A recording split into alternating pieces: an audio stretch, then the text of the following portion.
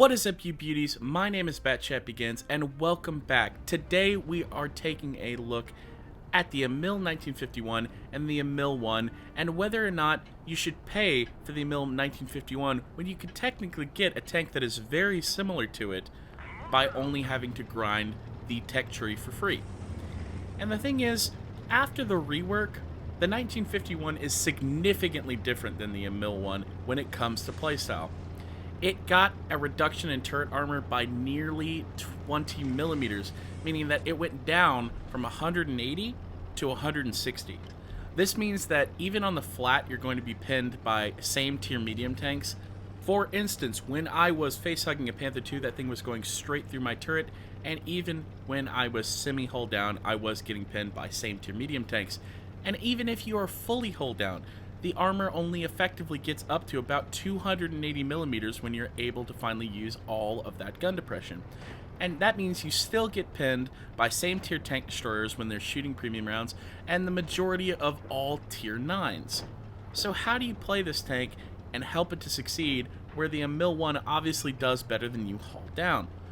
Well, this plays more like your average autoloader here at tier 8. It plays like the 5100. It plays like the T69. You have to play like you don't have that much armor, and therefore you have to have either quick flanks with a platoon mate, like I'm doing here with Droodles, as he is in an Emil as well, and we're just trying to do cleanup duty. We're finishing off tier 8s with our 930 alpha damage per clip, and we move on to the next tank right after that. As you can see, this Lorraine doesn't stand much of a chance versus both of our combined firepower here, and we easily finish him off.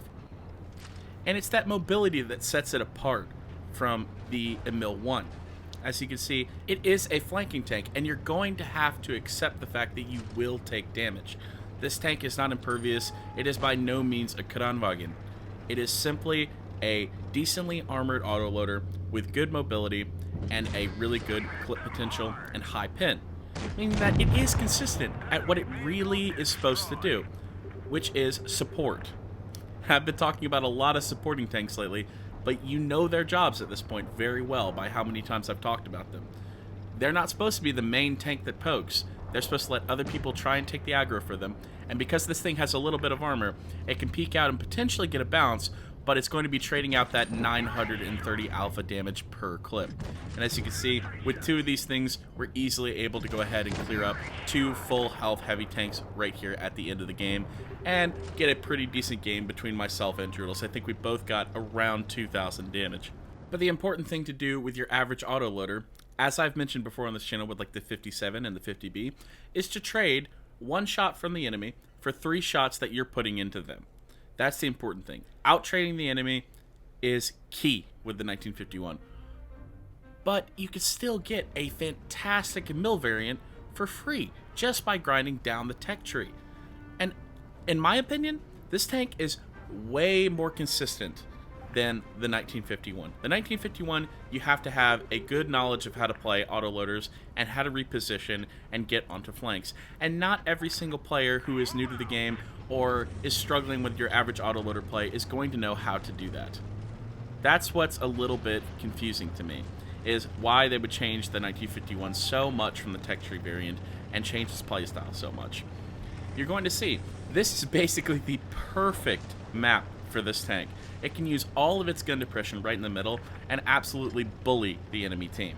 And this will be a great example of why the 1951 can't do very well hull down. You'll see very quickly, Droodles is going to lose a lot of health just by getting shot directly in the turret. We've already bounced 2 shells. We're doing perfectly fine right now, and I accidentally fat-fingered right there and switched to HE instead of APCR.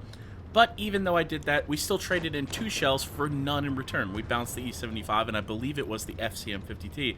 And as you can see behind us, Droodles has lost over 1,000 health from that single clip. And that's because this thing can't hull down. The 51 can't hull down, and the Emil 1 can.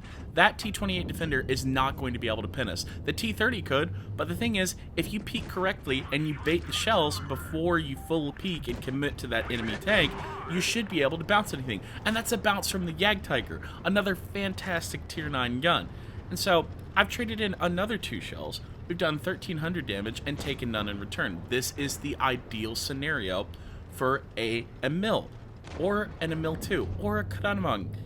you have to peek and be able to use that good turret armor and influence the game. And that's why Emil tanks and Swedish tanks are game changers, and why I don't think that the 1951 is that big of a game changer. Is because it just doesn't have that threatening hull down presence that the Emil 1 does.